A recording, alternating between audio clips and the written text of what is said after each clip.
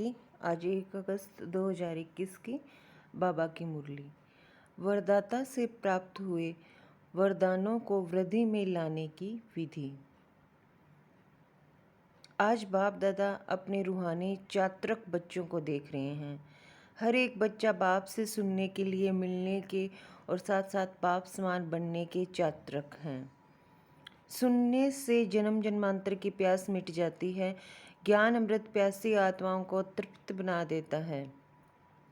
सुनते सुनते आत्माएं भी बाप समान ज्ञान स्वरूप बन जाती हैं।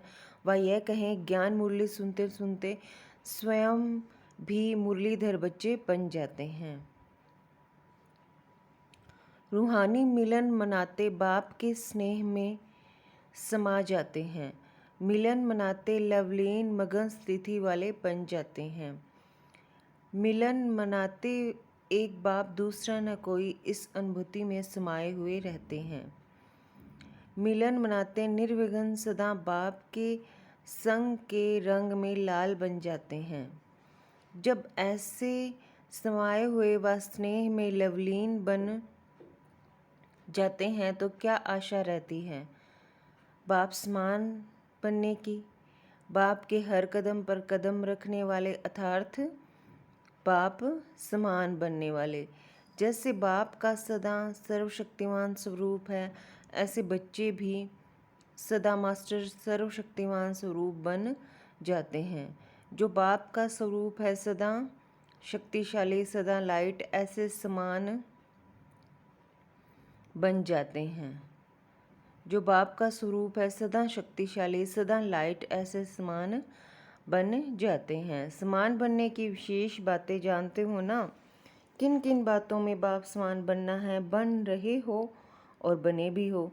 जैसे बाप का नाम बच्चों का भी वही नाम है, विश्व कल्याणकारी, यही नाम है ना आप सबका। जो बाप का रूप वही बच्चों का रूप, जो बाप के गुण व बच्चों के। बाप के हर गुण को धारण करने वाले ही बाप समान बनते हैं। जो बाप का कार्य वह बच्चों का कार्य। सब बातों में बाप समान बनना है। लक्ष्य तो सभी का वही है ना। सम्मुख रहने वाले नहीं, लेकिन समान बनाने वाले हैं। इसको ही कहा जाता है फॉलो फादर करने वाले। तो अपने को चेक करो, सब बातों में कहाँ तक बाप समान बने हैं। समान बनने का वरदान आदि से बाप ने बच्चों को दिया है। आदि का वरदान है सर्व शक्तियों से संपन्न भव। लौकिक जीवन में बाप व गुरु वरदान देते हैं। धनवान भव, पुत्रवान भव, बड़ी आयु भव या सुखी भव का वरदान देते हैं। बाप दादा ने क्या वरदान दिया? सदा ज्ञान धन शक्तियों के धन से संपन्न भव। यही ब्राह्मण जीवन का खजाना है। सदा ज्ञान धन शक्तियों के धन से संपन्न भव, यही ब्राह्मण जीवन का खजाना है। जब से ब्राह्मण जीवन लिया तब से संगम युग की स्थापना के कार्य में अंत तक जीना अर्थात बड़ी आयु भव। बीच में अगर ब्राह्मण जीवन से निकल पुराने संस्कारों या पुराने संस्कार में चले जाते हैं तो इसको कहा जाता है जन्म लिया लेकिन छोटी आयु वाले, क्योंकि ब्राह्मण जीवन से मर गए। कोई कोई ऐसे भी होते हैं जो कोमा में चले जाते हैं, होते हुए भी ना के बराबर होते हैं और कभी कभी जाग भी जाते हैं, लेकिन वह जिंदा होना भी मरने के समान ही होता है। तो बड़ी आयु भव अर्थात सदा आदि से अंत तक ब्राह्मण जीवन व श्रेष्ठ दिव्य जीवन की सर्व प्राप्तियों में जीना। बड़ी आयु के साथ साथ निरोगी भव का भी वरदान आवश्यक है। अगर आयु बड़ी है लेकिन माया की व्याधि बार बार कमज़ोर बना देती है तो वो जीना भी जीना नहीं है। तो बड़ी आयु भव के साथ सदा तंदुरुस्त रहना अर्थात निर्विघ्न रहना, बार बार उलझन में व दिल शिकस्त की स्थिति के बिस्तर हवाले नहीं होना है। जो कोई बीमार होता है तो बिस्तर हवाले होता है ना।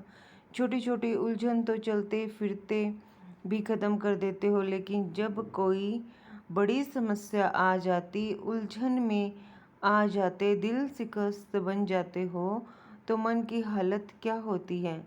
जैसे शरीर बिस्तर के हवाले होता है तो कोई दिल नहीं होती उठने की, चलने की, व खाने पीने की कोई दिल नहीं होती।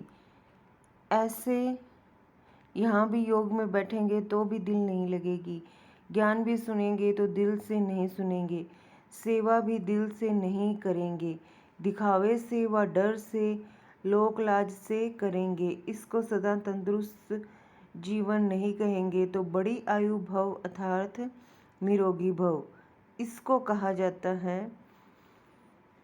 बड़ी आयु भव अर्थात निरोगी भव इसको कहा जाता है। पुत्रवान भव व संतान भव।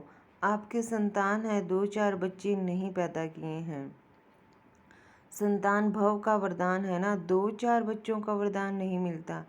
लेकिन जब बाप समान मास्टर रचयिता के स्टेज पर स्थित हो तो ये सब अपनी रचना लगती है। बेहद के मास्टर रचयिता बनना यह बेहद का पुत्रवान भव संतान भव हो जाता। हद के नहीं जो 2-4 जिगाशु हमने बनाया यह मेरे हैं नहीं। मास्टर रचयिता की स्टेज बेहद की स्टेज है। किसी भी आत्मा को व प्रकृति के तत्वों को भी अपनी रचना समझ विश्व कल्याणकारी स्थिति से हर एक के प्रति कल्याण की शुभ भावना, शुभ कामना रहती है। रचना की रचना प्रति यही भावनाएं रहती है। जब बेहद के मास्टर रचयिता बन जाते हो तो कोई हद की आकर्षण आकर्षित नहीं कर सकेगी। सदा अपने को कहाँ खड़ा हुआ देखेंगे, जैसे वृक्ष का रचता बीज जब वृक्ष की अंतिम स्टेज आती है तो वह बीज ऊपर आ जाता है ना। ऐसे बेहद की मास्टर रचयिता सदा अपने को इस कल्प वृक्ष के ऊपर खड़ा हुआ अनुभव करेंगे। बाप के साथ साथ वृक्ष के ऊपर मास्टर बीज रूप बन शक्तियों की, गुणों की, शुभ भावना, शुभकामना की, स्नेह की, सहयोग की किरणें फैलाएंगे। जैसे सूर्य ऊंचा रहता है तो सारे विश्व में स्वतः ही किरणें फैलती हैं ना। ऐसे मास्टर रचयिता व मास्टर बीज रूप बन सारे वृक्ष को किरणें व पानी दे सकते हो।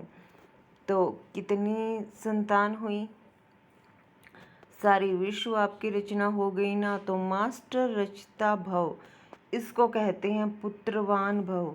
तो कितने वरदान हैं, इसको ही कहा जाता है बाप समान बनना। जन्मते ही ऐसा वरदान हर एक ब्राह्मण आत्मा को बाप ने दे दिया है। वरदान मिले हैं ना, वह अभी मिलने हैं।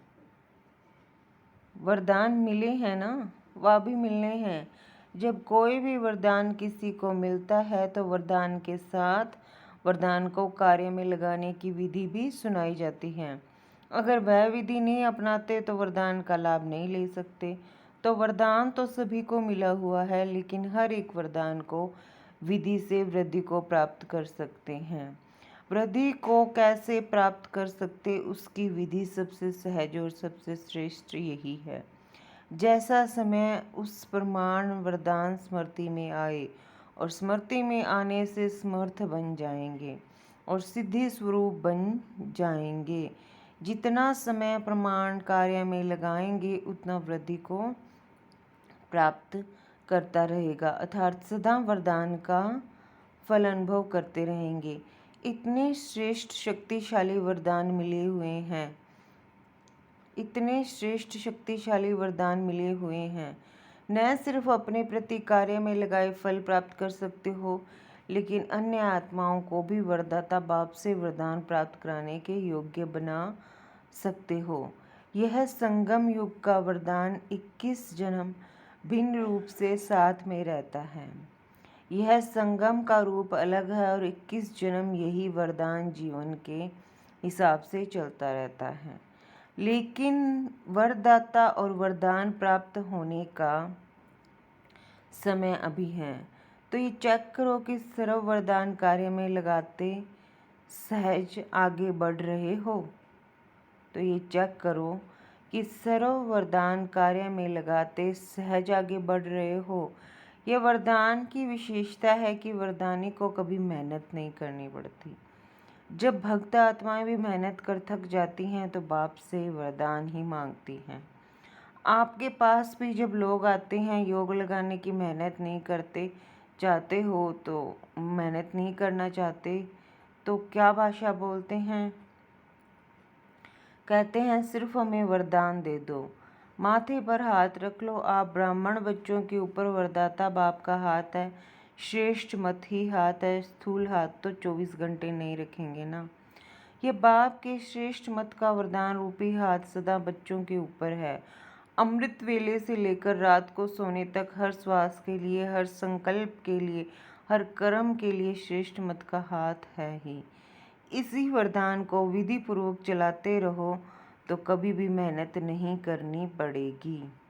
इसी वरदान को विधि पूर्वक चलाते चलो तो कभी भी मेहनत नहीं करनी पड़ेगी। जैसे देवताओं के लिए गायन है इच्छा मात्रम अविद्या, यह है फरिश्ता जीवन की विशेषता। देवताई जीवन में तो इच्छा की बात ही नहीं। ब्राह्मण जीवन सो फरिश्ता जीवन बन जाती है, अर्थात कर्मातीत अवस्था को प्राप्त हो जाते हैं।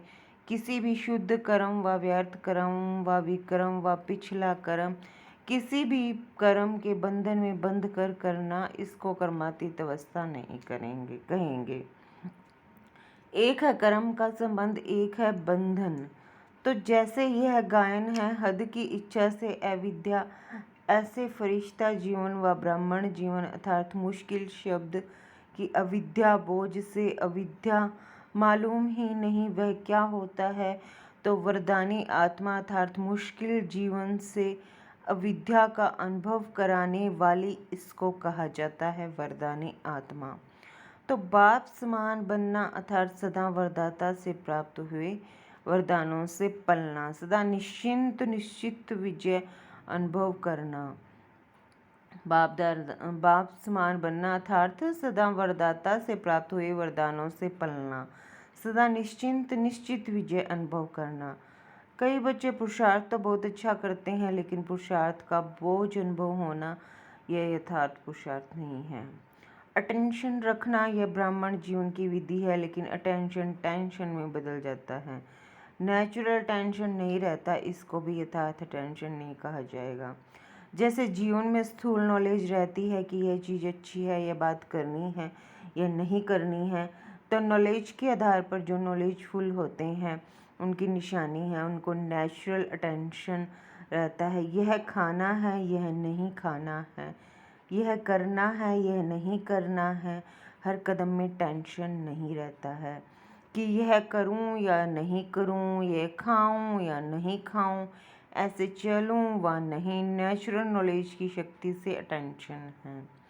ऐसे यथार्थ पुरुषार्थी का हर कदम हर कर्म में नेचुरल अटेंशन रहता है, क्योंकि नॉलेज की लाइट माइट स्वतः यथार्थ रूप से यथार्थ रीति से चलाती है। तो पुरुषार्थ भले करो, अटेंशन जरूर रखो, लेकिन टेंशन के रूप में नहीं। जब टेंशन में आ जाते हो तो चाहते हो बहुत काम करने व बनने चाहते हो नंबर 1, लेकिन टेंशन जितना चाहते हो तो उतना करने नहीं देता। तो जो बनने चाहते हो वो बनने नहीं देता, और टेंशन को पैदा करता है, क्योंकि जो चाहते हैं वह नहीं होता है तो और टेंशन बढ़ता है। जो चाहते हो वो नहीं होता है तो और टेंशन बढ़ता है। तो पुरुषार्थ सभी करते हो, लेकिन कोई ज़्यादा पुरुषार्थ को भारी कर देते हैं और कोई बिल्कुल अलबेले हो जाते हैं। जो होना होगा हो जाएगा, देखा जाएगा, कौन देखता है, कौन सुनता है, तो न वह अच्छा न वह अच्छा। इसलिए बैलेंस से बाप की ब्लेसिंग वरदानों का अनुभव करो। सदा बाप का हाथ मेरे ऊपर है, इस अनुभव को सदा स्मृति में रखो। जैसे भक्त आत्माएं स्थूल चित्र को सामने रखती हैं, माथे पर वरदान का हाथ है, तो आप भी चलते फिरते बुद्धि में यह अनुभव का चित्र सदा स्मृति में रखो।